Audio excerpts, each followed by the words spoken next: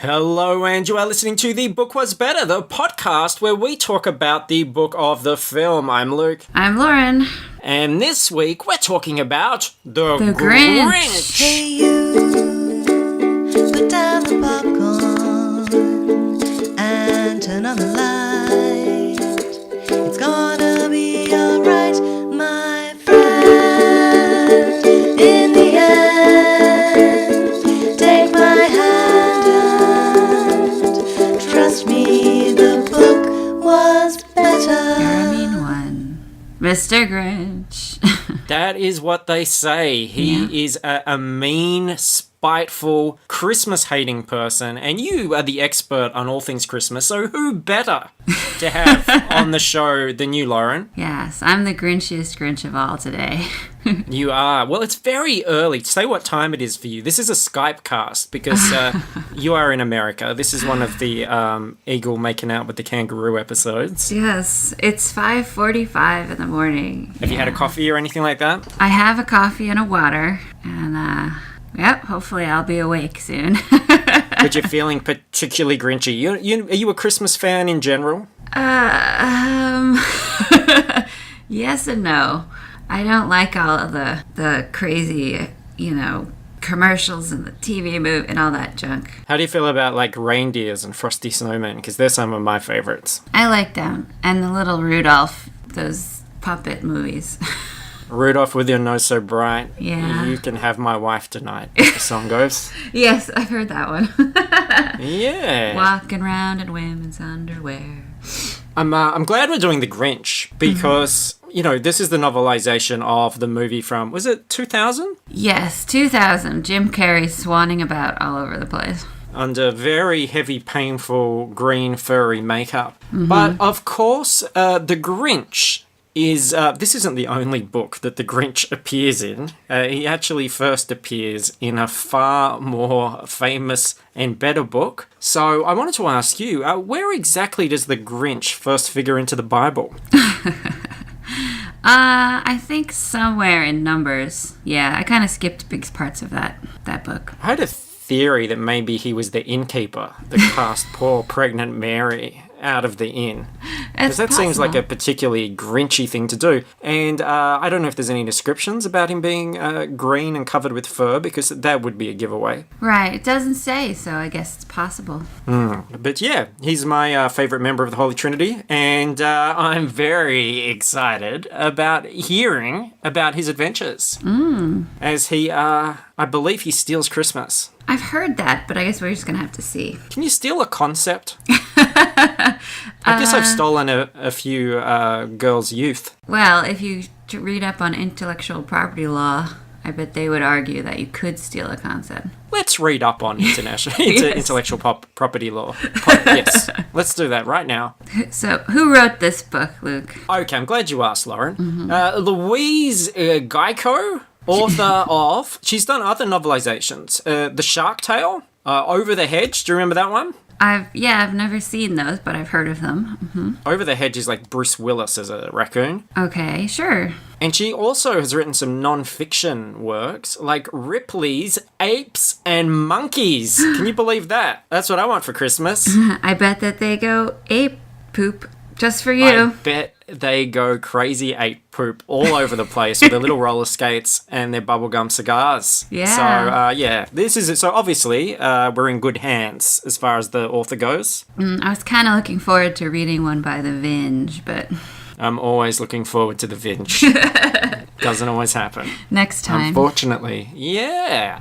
All right, well, look, it's Christmas. The sooner we read this book, the sooner it's Christmas and the sooner Santa arrives. So I reckon let's just get in there to Whoville and find out all about this Grinch. All right. So here is the beginning. You can start this up. Okay. Chapter 1. Lauren, take it away. It was just 3 days, 17 hours, and 33 minutes until Christmas in Whoville. Full stop. Yep, then what happened? That's it. That's the whole first chapter. Yeah, okay. Now, we've talked about authors taking shortcuts before, and this is a junior novel. It's quite thin. But come on, that's taking the piss a little bit, isn't it? I mean, this is the shortest first chapter I have ever seen. I mean, this isn't just a junior novel. This is like a novel for newborns. Maybe even stillborns. I'm not sure. There's not a lot of content. Disapproving. I'm disapproving of your bad joke. Stop grinching on my bad, inappropriate jokes, Lauren. All right. You knew what this was. You gotta step it up, Luke. Come on. Okay. All right. Well, speaking of stepping it up, let's go to chapter 2 and see if that's any better. Lauren, again, take it away. Okay. That wasn't much of a first chapter. At last, an author who admits it. How refreshing is that? But if you know anything about Whoville, and I have to assume you do, due to an extremely famous and totally odious book that I'm sure your parents read to you when you were a tiny child, you know that Christmas in Whoville is all about. I didn't think I had to go in all the disgusting details. Now, here is an author with the contempt for the medium it deserves. I'm already on board. I'm thinking, yeah, you're saying what we've been thinking for 148 episodes now. A book that just comes out and says it. Yeah, it's like, oh man, this is gonna suck. So keep reading at your own risk, she's saying. Brace yourselves. Doesn't get much better than this. So, the author talks about how the Whos of Whoville, they're getting all fancy. They've got really fancy snow. They've got a fancy tree. They're basically all Christmas obsessed. It is a festive frenzy, Lauren. Mm-hmm. And we meet our main good guy characters. You know, have you been to Universal Studios? Yes, but I didn't actually go inside. I just bought a big figurine from the comic book store. Anyway. that's like going, yeah, I kind of looked at some pictures of it on the internet. Like, if you're going to go there, you should go in. Because I was in there when I was in America in 2001, a year after this film was released. And the Whoville set was still there. Ah. But it's all styrofoam. It looks like absolute crap in person. And it had been quite weather damaged. Oh, I bet your Christmas dreams were crushed, right? They were washed away in the storm, Lauren.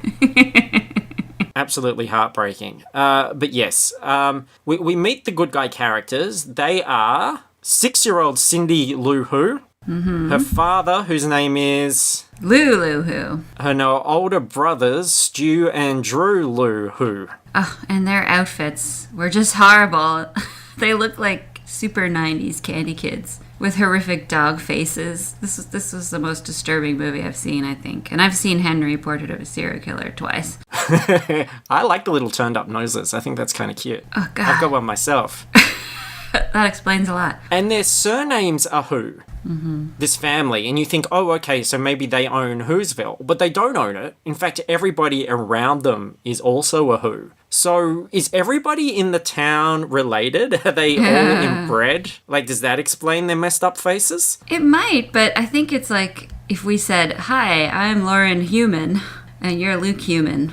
I'm Cindy Lou Who. Because aren't they also called Whos? Is their breed? Yeah, but is that because they inbred? Are they like a bunch of humans that left society? Because they do have Christmas, and Christmas is a concept that exists in our universe. That's right. I don't think this is the story of an alternate Christ. No, because they don't mention him. But they mention Christmas. They say Christmas a lot. Yeah, but Christmas has been so secularized that it doesn't even involve Christ anymore most of the time. They could say Xmas. Let's not get into that. Well, the X in Xmas is a chi, which stands for Christ, so...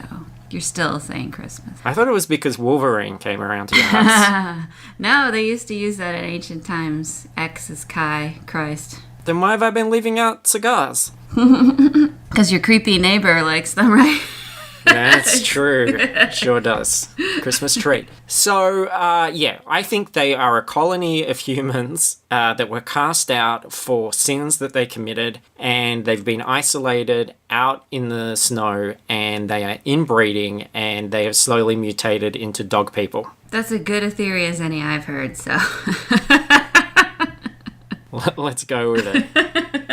Lou let go of Cindy Lou's hand for a moment. She was immediately swept off into the bustling crowd. "Daddy!" Cindy Lou cried. Lou looked up, noticed that his daughter was receding from view, and held up his hand. So, last week was Home Alone 2. Now there's this. Christmas is a time of child neglect. Yeah, another example of is a bad dad who's too busy to pay attention to his kid, huh? It's such a fundamental part of Christmas. I'm confused as to why there aren't any Christmas carols about bad dads and abducted children. Well, Jesus' father was absentee, too, so He there you go. wasn't he? Total Christmas story. Yes. Didn't even call him on his birthday, just like my dad. A lot I can relate to there. But no, look, she is rescued, and back to the editorializing by our author here. Yes, that's Christmas in Whoville, full of cheerful whoos, just filled to overflowing with the holiday spirit of giving and getting. Bah humbug. So look, forget the war on Christmas. This is the war on Whoville. This author wants all this madness to stop. And chapter 3 starts with a total bombshell. As you probably guessed it by now, I am the Grinch. What? Well, if somebody had to tell this story, I figured it might as well be me. At least you'll be getting the truth. Excellent. This is perfect. I want the truth. I don't want to read a bunch of lies. This is the truth. I'm excited. Sorry, continue. Oh, and of course they're paying me a bundle. After all, I am somewhat of a celebrity. Oh, okay. Now we know it's all lies because no one is paid well for novelizations. Well, he does live in a garbage dump, so I guess it's all relative. This book was probably written for a bag of candied nuts. Sorry. The other thing, my other question, Lauren, is how does this work? Like, he's retelling the events of the film, and he also mentions that odious book, which we know is the original Dr. Seuss classic. Mm-hmm. So those events have already happened, and spoilers, we know at the end of those events, his heart grows 3 times in size, and he becomes really nice. So that means now, when he's telling this story, he's already really nice and a good guy, so why is he being such a jerk? I know a lot of nice people who are jerks. They're just kind of like cranky old men, you know? But they're old, so it makes more sense. Okay. I thought that was loaded for a minute. I thought you were pointing that at me in your pre-coffee Grinchiness. Oh, well, if you want to read into it, whatever you want. I'm more happy reading into this delightful Christmas novelization by someone, Gilco? Geico? LG, I call her. Hopefully not overly familiar. So look, here's a little bit of explanation about the Grinch, straight out of the Grinch's mouth. I live in a cave on Mount Crumpet, just north of Whoville. It's a delightful place. Damp, moldy, chilly, and thoroughly unpleasant. The Whos know well enough to leave me alone. Well, not exactly alone. I share my miserable domicile with Max. He's a dog. But don't worry, he's not one of those teensy-weensy, cutesy-wootsy, itty-bitty dogs. Nor is he a big, furry, friendly, shaggy-waggy dog. He's a scraggly grump, no-good mutt. Yeah, that's not a good enough explanation for me as to why he has this very ordinary dog, like especially called Max as well. It's just not Grinchy enough. I don't think either, like, that LG has got the voice of Jim Carrey down here either. Yeah. So I feel this story should be a little bit more embroidered. Something like, I live in the cave above the town because I'm a known child murderer. I bought the dog because I'm far too stingy to waste the bones. You think he got paid by the word here? Furry, friendly, shaggy, waggy? I don't know why he talks like a baby. Yeah. With the teensy-wincy, the cutesy-wootsy, the furry-friendly, shaggy, Yeah, come on. I We're guess all adults here. Trying to be Susie, but without any of the cleverness of Dr. Seuss. Without the wit. Yeah, that's the word I was looking for, thank you. So, 4 teenage Whos are climbing up Mount Crumpet and about to get in a mess of trouble. The 2 Who boys were Stu and Drew Lou Who, whom you met in the last chapter. Too bad for you. They were desperately trying to impress 2 Who girls who were with them. So I guess this is one of those, like, hey ladies, you want to see a dead body situations? Jeez. Extreme! That's all I could think of when I saw them. Of course, I was monitoring them through my Grinchy periscope, which sounds like a euphemism. Yeah, hey baby, wanna look into my Grinchy periscope? Do I ever? That one yellow eye looking back. I just like as well that he says, of course, that's what I was using, as if there was ever any doubt that a Grinchy periscope was necessary in this sequence. Mm-hmm. So, look, I'm assuming the Grinch jumps out, makes a grand appearance, and scares them, right? That would make sense. Yeah, but no, they get scared by a squirrel and they run off. So obviously the stakes in this book are already very high, but I spoke too soon, Lauren. They are now near the cave and one of the girls says, Hey, you silly poopers, you missed it, giggled Christina. Hey, you silly poopers. Hey, you silly poopers. I don't think anybody's ever said that in the entire history of the universe. Well, now we're on tape, figuratively, saying that. It's going to be my ringtone. Hey, you silly poopers. You got a call. Hey, you silly poopers. It's Mum. The door swung open and a gigantic monster with huge slavering jaws exploded out of it and went straight for Stu's throat. Ah! Screamed the four Who teenagers racing down the hill for their lives. Of course, it was only Max, my trusty hound. Now, Lauren, you've seen the movie more recently than I have. How does this work? How can it be a big gigantic monster and just be Max? It was a big monster face, and then Max was standing behind it, barking into a megaphone that distorted his voice. Okay, so And I'm do you not think making maybe that up. that's something the author should have mentioned? That would make more sense if it had said that. Because the way it's written now, it's like, and then there was a big giant monster. No, it was just Max. Well, which is it? They're both very different things. Unless the dog is wearing the mask. True. And he gets all Ming the Merciless down here. Listen to this. I pushed another button mark. Locusts. The teens were immediately enveloped in a thick swarm of bugs. The Grinch never regretted buying that Plagues of the Bible machine. Very handy. My favorite's Plague of Frogs. Oh, that's a good one. Yeah. What's your favorite? I like to switch on Plague of Frogs, and then if I'm feeling a bit nostalgic, I add in Plague of Banjos. Yeah. And Plague of the two of them Werthos. together makes a rainbow connection, which is fantastic. Do you remember that beginning of Flash Gordon with Ming the Merciless where he's just there on his stock footage machine going like, earthquake, and pressing a button and then you see stock footage of an earthquake? He's like, all my favourite stock footage is here. I'll never tire of these clips.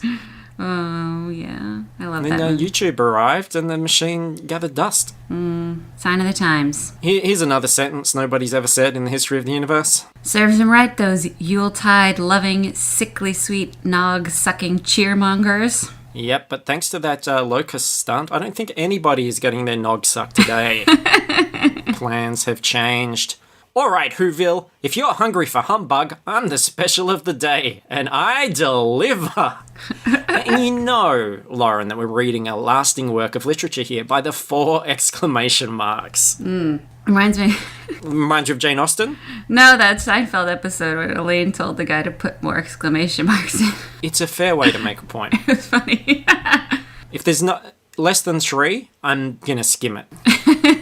You know that it's exciting because of the exclamation marks. Cindy Lou, meanwhile, is shopping with her dad. Let's see, he told Cindy Lou. We have a snoozle phone for your brother Drew, and a snoozle phone for your brother Stu, a munkle for your uncle, a fant for your aunt, and a fanda for your cousin Leon. Sounds kind of kinky. I wonder what kind of shop they're in. I love the author assumes that fant and aunt rhyme, which in my English is not the case. My English too, because we've already got ants. And, when you throw a U in, it's kind of a little bit different. Yeah, I have this argument with people in New York all the time, and they're like, my aunt, and I say haunt, and they say haunt, Yes. and I say, now take the H off the word haunt, and they go, aunt, and I'm like, shut up.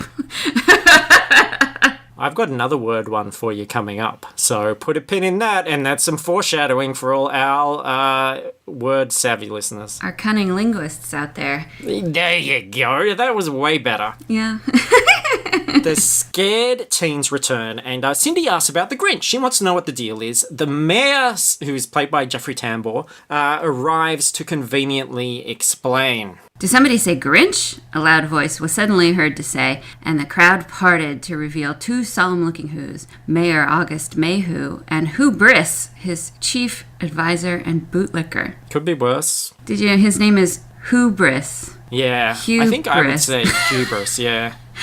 But they have to get that Who in there, because they're all cousins. This movie has so many famous, good actors, and it's so depressing to watch them do this.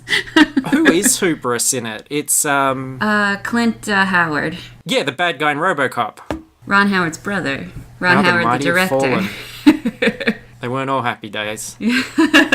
So the 1000th Whobilation is coming up. These guys are worse than the Smurfs. So the mayor denies the existence of the Grinch. He's like, it doesn't exist. It's all a story. This is a cover-up. This is a political cover-up. It's a total scandal. Mm-hmm. Somebody has to get to the truth. And then the author boldly goes, where no author has ever dared to go before, gets so lazy on a scene that she describes it in dot points. Whole thing's in bullet points. Like, are we reading her notes here? Cindy Lou sighed, shrugged, and walked off. As she did, ... 1. The wheels fell off her bicycle just behind her. Crazy Mose, who was carrying a large stack of hats, tripped over something and collapsed. And 2 Who children ran by carrying a dangerous-looking hacksaw. There's actually about 5 more bullet points after this in the book, but I thought, look, if you're into bullet points, here's some for you. The Grinch hates Christmas. Thanks to Cindy Lou Who, the Grinch learns to love Christmas. The end. Okay, bye then. Thanks for listening. Thank you, Lauren. Have a Merry Christmas. And to all, a good night. Mm-hmm. No. At school, Cindy Lou Who, she shocks her teacher, who is called Miss Ruhu, by saying that she wants to do a project about the Grinch. Who is he? Why does he hate Christmas? She's got a bit of the investigative reporter bug. And I kind of wonder as well, how does the Grinch, who's telling this story, know all this stuff anyway? Or did they all have a big debrief after it all happened? I have to imagine they did. The town meeting, all get together. Let's get this straight. Let's write it down. Let's try and profit. A little pillow talk with his new wife. Oops, spoiler alert. Oh, yes. Dad is brought in to talk about Cindy's misdemeanor. He gets to come into the school, and we get this little insight. Lou stood up proudly, or as proudly as possible given that the small school desk he had been sitting in was still attached to his derriere. You can look that up too. In fact, you really should. No one wants to look up Lulu Who's ass. Thank you for the offer, though, Mr. Grinch. So, Cindy is forced to work at the post office with her father, where something has gone amiss. There's a mischief maker here. Who could it be? Men at work. Oh. Actually, it wasn't that strange at all. I had just Grinched the post office. As a matter of fact, I was there on the scene at that very moment, putting the wrong mail into the wrong slots, sending nasty letters to all, chain letters, blackmail notes, jury duty notices, and generally enjoying myself. That's what's going on at my post office. I never get the right mail.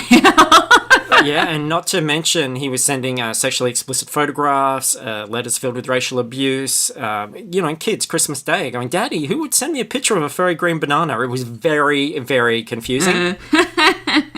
These might seem like harmless pranks at first, but nobody wants it in the wrong slot. I can, no comment. So, he hides on the ceiling. He gets all, what's the guy from Mission Impossible called? Don't say Tom Cruise. I'm looking for the character. Oh, Ethan Hunt. Yes. So he's all Ethan Hunt. He's up on the ceiling. And Cindy sees him, and down he falls. Sorry, having some coffee. You're the... No one blames you. You're the... Cindy Lou guessed. The Grinch, I nodded, smiling. And let me tell you, a Grinch smile is a terrible sight to behold. Cindy Lou stepped back and fell into the package funnel. And she was never seen again. But Max did eat well that night. So, thank you for listening. Thank you, Lauren. Merry Christmas. We do that joke about, 4 times a podcast at the moment. It's always hilarious. So don't worry about it. It is. True. It's one it grows on you. Yeah.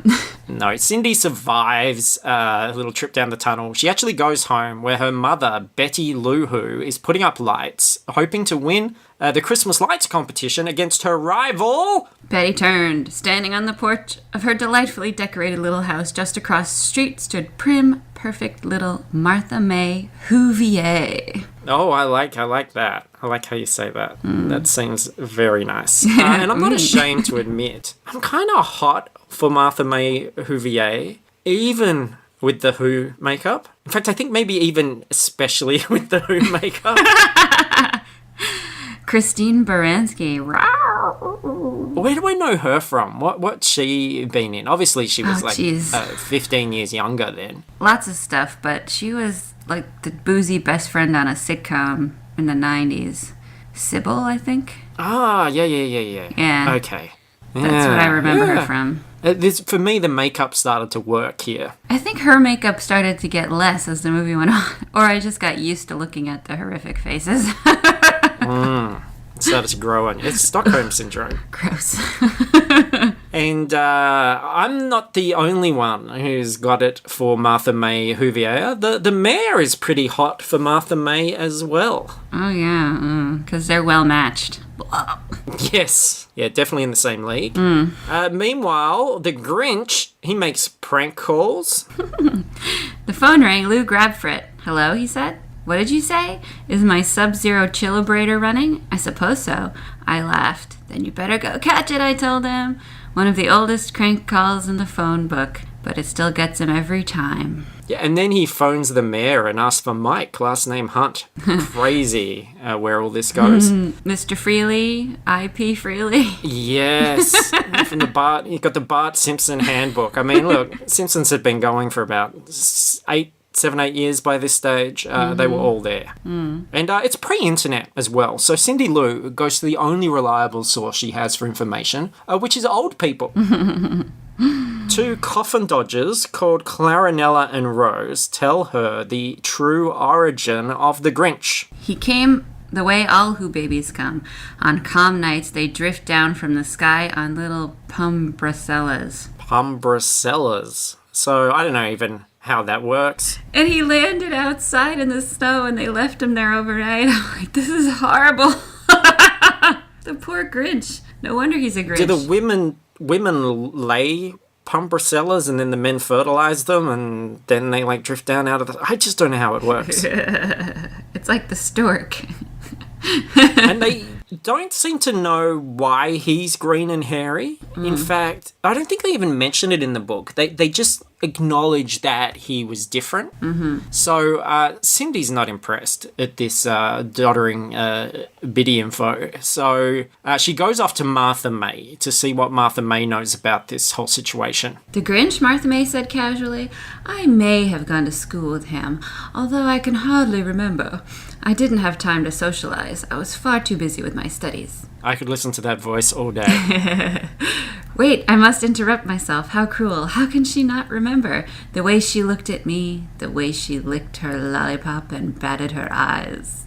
Whoa, that's coming on a bit strong in the classroom, isn't it? Gosh, I wasn't expecting that. And the flashback is actually mercifully short here. The Grinch basically tells us he was teased for his face fur, so he tried to shave it off, and he made a mess of it. The first time he shaved, that's going to be the case. And everyone laughed at him, including the young mayor. So that was it. This one incident, he just quit and moved up onto Mount Crumpet. So basically, it's the most anti-climactic origin story since Darth Vader. In fact, it's even worse, because that would be like in Return of the Jedi, he takes off the helmet and he's like, "No, Luke, I caught myself shaving. That's why I wear this mask." Sorry. Kind of ridiculous. Oh, Star Wars is coming out soon. I know! Like, less than 2 weeks. I'm so excited. I hope it's good. I'm sure it will be. Oh, gosh. Did you see that interview Carrie Fisher did with her dog? She is hilarious. She is excellent.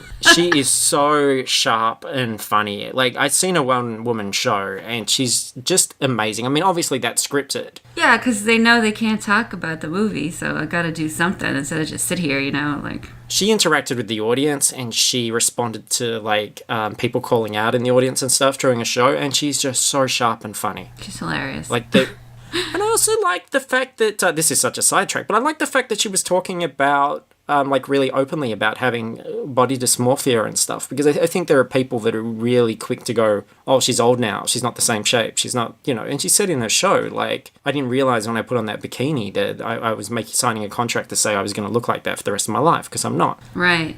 She's uncomfortable being photographed. She doesn't like looking at herself. And a lot of people are like that. So I think it's really cool to have her open about that and not just pretending everything's all Hollywoody and happy. Yeah, she's always been very open about all that, which is great. God, look, that was the intellectual portion of the podcast, which hopefully made up for the rest of it. Okay. Do you think? Back to this book.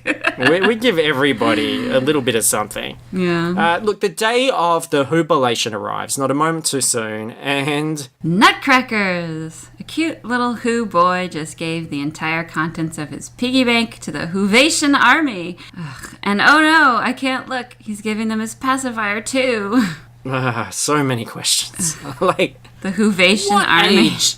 Yeah. Okay, so yeah, that's the first one. Whovation army. So that mean there's like homeless Whos? I thought everyone was happy and having Christmas all the time. Time to oppress some Whos with the Whovation army. Yes, there are some Whos in bad shape. Probably the most mutated ones with extra eyes and legs and stuff. I want to know, what age do you have to be to have a piggy bank? So, you're actually earning money, you've got a savings plan, but you also have a pacifier? Hey, maybe it's a candy kid, see? We're going back to the rave culture of the early 2000s. Could be.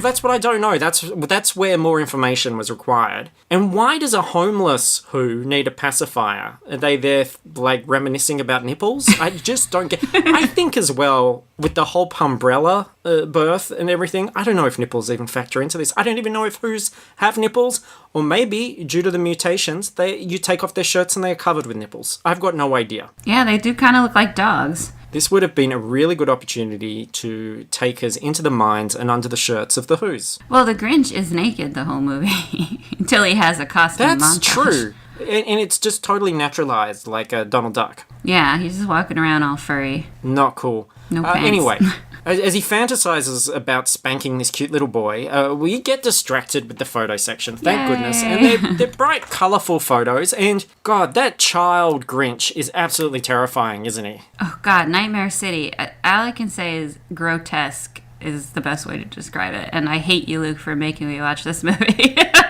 I don't know why the child Grinch isn't a horror icon. Like, can you imagine a crossover Grinch versus Leprechaun and they just battle it out one Christmas? It would be fantastic. The baby Grinch is like a doll, I think. Yeah. And like the kid Grinch was like actually a pretty good actor, I think. He did pretty good with the makeup, but... And also, of course, there's one photo, and not much of a close-up, but it is Martha May is in there, and my goodness, she is hot. It looks amazing. Here's some more editorializing. Mayor Mayhew stood at the podium wearing his red and green plaid sash. His famous antler hat, complete with moss and holly, and his red puttees. You really must look that one up if you want to get the full picture. This is basically the author saying, you know what, stuff it, just watch the film. He's got to get some ointment for his red and green and plaid slash. Yes, and maybe even put a bit of cream on his red puttees. I actually don't know what a putty is. I didn't look it up. Me either. Do you know? No? Don't care. Hang on. I'm looking at a picture. I'm just trying to find a picture of the mayor, and I'm seeing if there's anything on there which might be a red putty. Look, and there isn't really a picture of the mayor because nobody gives a crap about. Yeah, kind of like, but it's a real long shot, and he's covered in snow. I picture it to be like spats. Yeah, maybe. Shoes. Yeah, but who knows? I'll go with that. So. Cindy Lou, she freaks everyone out by nominating the Grinch as the holiday cheermeister for the year. But the catch is, she's going to have to get him to come down and accept the award. No easy task. So he's asleep in his cave and she sneaks in. And then she was knocking on my door. A moment here. You might ask how I know all this, since I've just told you I was asleep. Well, chalk it up to poetic license. Anyway, I'm writing this book, you're just reading it, so keep your ridiculous questions to yourself. Holy shit. This is actually the very first time we've been told off by the author of a book while reading it. I can respect that. It's like she got this sort of premonition, this chill that some adults with too much time on their hands were going to do a cynical podcast about it and has said, look, shut up, stop asking dumb questions, just read the bloody thing. She wrote this just for you. I think she did. Well, it is dedicated to me in the front. Oh, To Luke, you're so sexy. Love. Gilco. I thought this was really weird. I'm a psycho. Homicide, homicide, I chanted. Hold me back, Max, hold me back. Cindy Lou just stood there. Kids are so desensitized. So, and now the author is adding her own cynical comments too. I feel like we could just break early and leave her to it. She's doing... I don't mind telling authors how to do their job, but I'm kind of getting a bit annoyed that they're doing my job for me. She convinces him to go, the Grinch, to go down to the, what was it, the jubilation. Yeah, or something. Mostly because Martha May will be there, and he, for some reason, believes... And she'll see me, the winner, and she'll be all over me like flugel flies on a flat-faced flugelhorse. You're making me read all this stuff on purpose. Well, yeah, let's not even ask any questions about that one. And here's the unrewarding task of writing a costume montage, something that I think works a lot better in the film. I started to look through my wardrobe. Maybe I could find something. A straitjacket, a kilt. It's not a dress, Max, it's a kilt. An iron stove, a beehive. She's not even trying now. Yeah. She's just looking around the room. Yeah, that was weird. I was like, costume montage. Okay, sure. And then this happens. While I was getting all dolled up and ready to go to drop in on the jubilation, Cindy Lou, remember her, the one who invited me in the first place, was popping out of the dumpster in the middle of town. Now that's not the smartest place to hide the body. The first place everyone looks. Exactly. And the Grinch bursts out of nowhere and he lands on top of Martha May, proving that this was a very different time indeed. Martha May, I said, pulling my nose out of her chest. You look positively buoyant this evening. Now here is my other word thing. Buoyant, right? Oh, you're gonna... Which means to float. Mm-hmm. So the contraction of that when you have a marker floating in the water is a buoy. Yes. So when I first heard an American on TV, I think it was on Survivor, say buoy, I almost just jumped out the window. Yeah. Because that is crazy to me. And then I thought, like, that guy is just really poorly read. No, he's not. That's how most people say it. But it's short for buoyant. Floating. Yeah, I know. You don't say buoyant. You could. You'd be a dummy. Hey, people also say use guys and stuff. I live in New York. Only gangsters. Hey, yo, we're gonna do this thing now. You guys ready? Guys. Gotta go with the flow. There, maybe. They decide to honour the Grinch anyway. They put him in the cheer chair, and which sounds like a torture. Yeah. And feed him lots of pies. They have a Christmas conga, and also... Time to bless the children. A thousand tiny Who children punched me in the stomach and jumped on my head. What? That doesn't happen in the film, surely. Like 1,000 children jump on his head? I don't remember it, but I guess I've been doing it wrong all these years. I think they're confused with Dr. Seuss's Hop on Pop. Yeah. And then the mayor gives him a gift. Nestled inside was an electric razor, just like the one I had used when I was 8. The one with which I had defaced myself. I shivered. So shit just got real. You can imagine this. You got all these screenwriters doing this big budget movie. And they're going, we've got to flesh out the story of the Grinch. It's quite a small story. And they decide that it was a shaving accident. So weird. Oh, yeah, a bullying after a shaving accident caused him to move away. At the writer's table, you think maybe that's the very first idea someone comes up with in the first couple of minutes. And, you know, you're going to springboard a billion other better ideas after that. It's like they just stopped there. They forgot to change it. Like, they wrote it in as a placeholder, and it's like, yeah, we'll change it later. Never changed it. No. And then the mayor proposes to Martha May, offers her his ring. So needless to say, the Grinch goes totally apeshit and tells these people, All you care about is gifts. You're all a bunch of douchebags. And That is when I set the Whoville Christmas tree on fire. I think it was a masterful touch, don't you? in the film, what does he use to set it on fire? I don't even remember. A match? Is it a flamethrower? Yeah.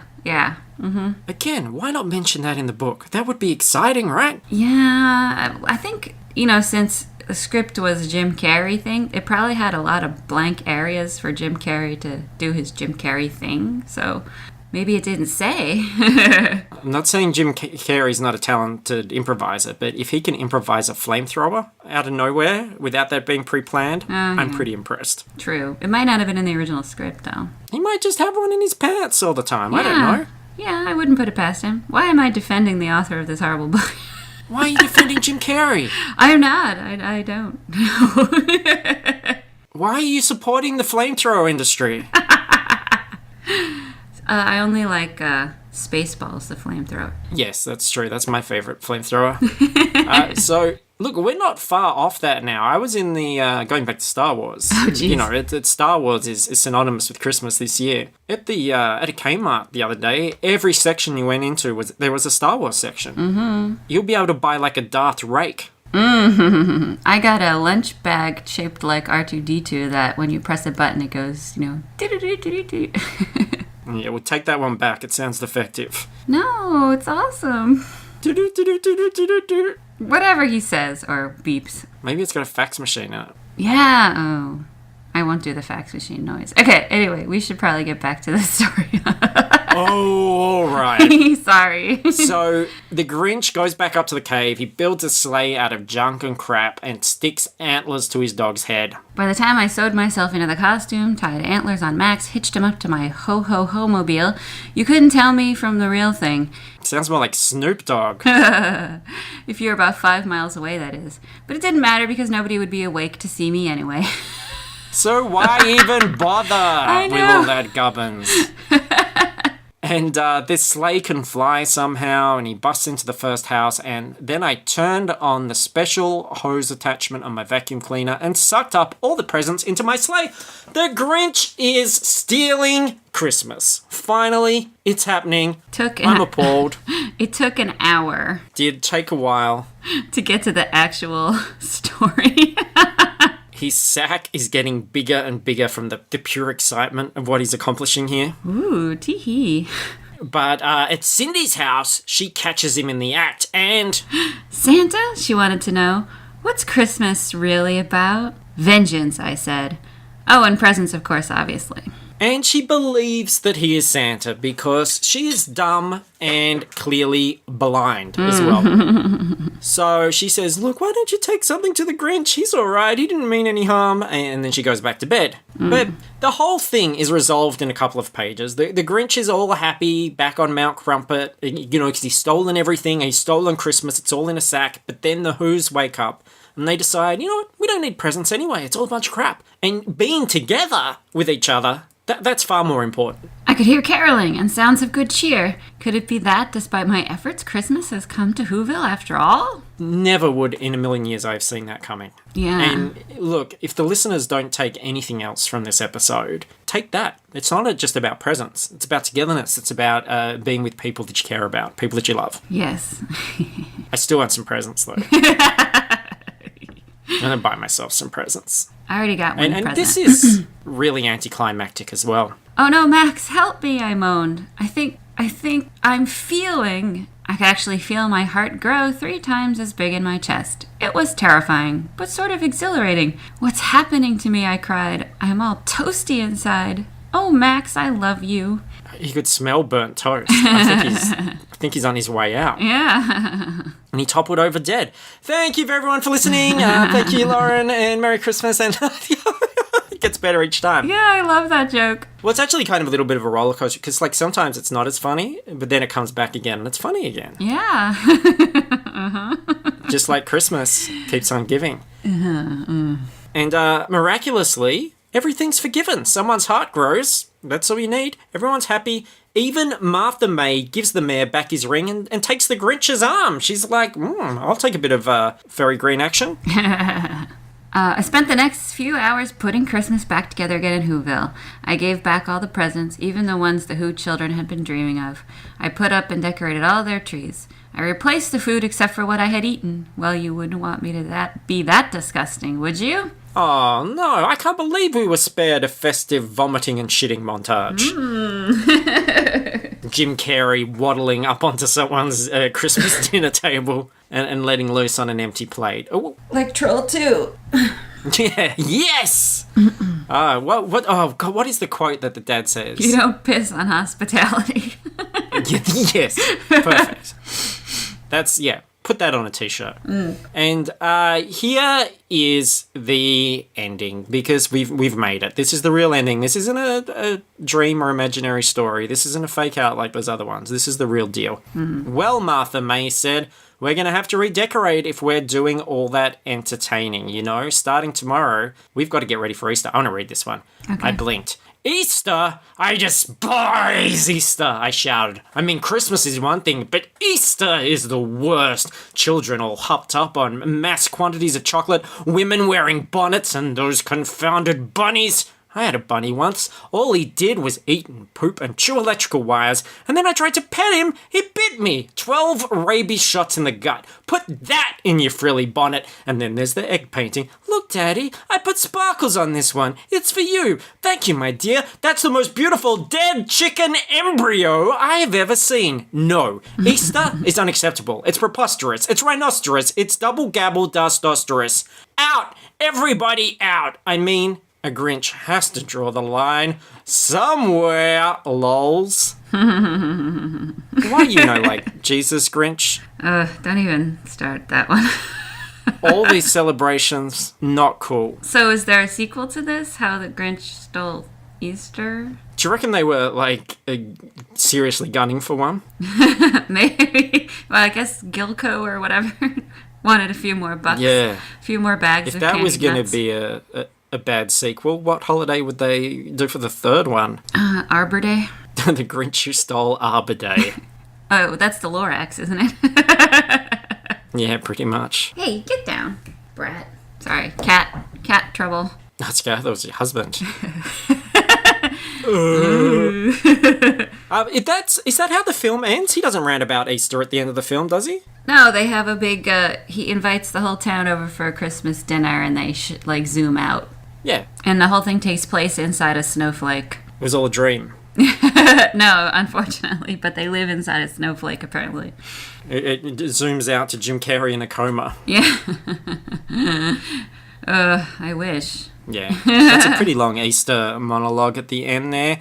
And then there's an ad in the back of the book for 5 more books that tie into the film, just in case this one didn't whet your appetite enough. Including Who's Who in Whoville, which I guess is just lists of names that rhyme with who. And The Grinch Stole Hollywood. Oh, jeez. It goes around taking everyone's implants. I'm taking your nose back. Yes. And there is even an ad for the Grinch video game on the very first PlayStation. Yeah, I was like, there's a PlayStation 1? Yeah, that's going far back. I even reckon my sisters might have had it. If they listen to this show, they might confirm that. But I don't think they do, so bugger them. Yeah, nobody listens, Luke. Can't choose your family. So, I've got to ask you, Lauren, as I always do on these occasions, was the book better? I don't know. Well, full disclosure, I didn't actually get to read the book this time. And I pride myself on always reading the book. I always read the book. You do. No, this was more of a time constraint. I had to order this book in, and it arrived only last week, so there's no way I could have read it and then sent it to America, unfortunately. Yeah. So you only had my excerpts. And I was too busy with my bishop inspecting the church yesterday. But I don't know. Also a euphemism. Mm-hmm. Not a euphemism. Also a euphemism. He did come and inspect the rectory.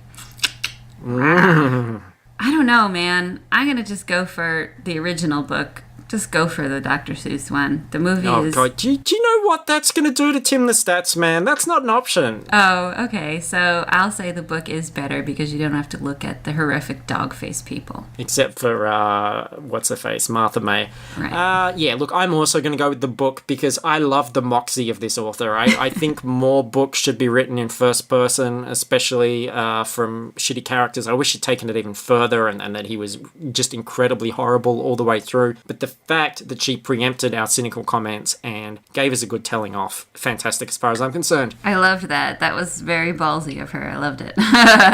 Yes, Louise LG, you have some big old Christmas balls. Yep.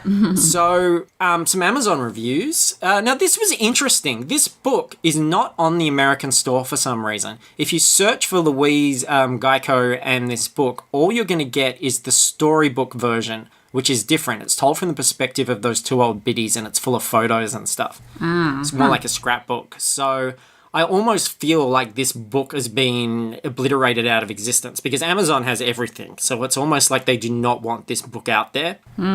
So it is on the German store, though. But all the reviews seem to have mistaken it. Even though it's the Louise version that I've got here, they've mistaken it for the Seuss version. And because of that, there are 33 very positive reviews. And they've been poorly translated. So here's just a couple of you highlights. should have sent me this them in German, dude. I could have translated German. it. You could have. I speak German. Let's see if you know what they're trying to say here. A beautiful Christmas story that is not often as usual trying to educate an incriminating finger in Germany, but in children and adults arouses curiosity, whether they will probably turn out well. Okay, I guess it's funnier if you use Google Translate. And in this one as well, I bought the little book out of deeply selfish motives. I wanted to own it yourself and read it for yourself. It was all about me, when I was the Grinch himself. Oh, we got a prankster review, huh? That one's a bit frightening. And so I went to Goodreads. We've said before, it's the Wild West out there. Here's two from Goodreads. These are for the actual books. Sorry, I'm reading them. Well, look, you just relax and let me do the reading for you. Okay. I liked it. It added some things that were not in the movie, which I liked, and some I didn't. Sadly, it messes up a lot of hilarious quotes from the film. I loved the ending, though. Very funny and kind of unexpected. Punster there. And one more. And eggs. The book is really good. It is a very heartwarming story. I read it. I almost cried. The Grinch learns a lesson on how to be thankful for what you have and be a good person. If anything goes wrong, if you like heart-ramming stories, you will like this book. Heart-ramming? Is that a euphemism? Yeah, very heart-ramming indeed. So there you go. Gosh, what I wouldn't give to have some of the reviewers turn up on the show. Wouldn't they be good co-hosts? Good? I don't know. Funny? I done read book. I like it. They got Grinch in it. Fantastic. All right, look, thank you so much, Lauren. Just do some quick little plugs and say that please listen to the other shows. Go to fruitlesspursuits.com. You can see all the other podcasts that we produce. There's not many of them, not a lot to catch up on, but I do host some other shows, a general pop culture show, lots of stuff. There you're going to find links to our Facebook discussion group. You can like our Facebook page. All I want for Christmas from you guys, if you haven't already, is to rate and review on iTunes. That would be really fantastic. We haven't had that happen for a while. And if you're a really big supporter and you can spare it, go to Patreon and we produce extra episodes and things there as well. Next week on Book Was Better is the Santa Claus to continue the Christmas theme. And then there is the big annual novelization challenge. And that film that we're writing a novelization for is crazy. And it's also episode 150 and hoping to have a lot of people involved in that. So do all those things. Thank you so much. And huge thanks to you, Lauren. I know it's incredibly early in the morning for you. It's kind of tricky to do these Skype things, but you came through at really short notice and I appreciate that. No worries. Anything for you, dear. Oh, you are the gift that keeps on giving. You think you're a Grinch, but you're a Christmas angel. Just don't tell me what. Put you on my tree. That's a euphemism. That was a euphemism. All right, enough of this foolishness. And yes, enough of this tomfoolery. Christmas is a very serious time, very serious business. Go to sleep. The sooner you go to sleep, the sooner Santa arrives, the sooner the next episode arrives. You know, Christmas is on a set date, so it's not really going to make Santa come sooner if you go to sleep. Well, it is for you, because if you're asleep. So, Oh, true. Beds are nature's time machines. If I could sleep all the way through Advent, that would be great. You wouldn't get to open your calendar. I might get fired if I do that. Yeah, probably. All right, we're done. Do you want to say the thing? Certainly. I'll catch you on the flips. Jesus, Manji.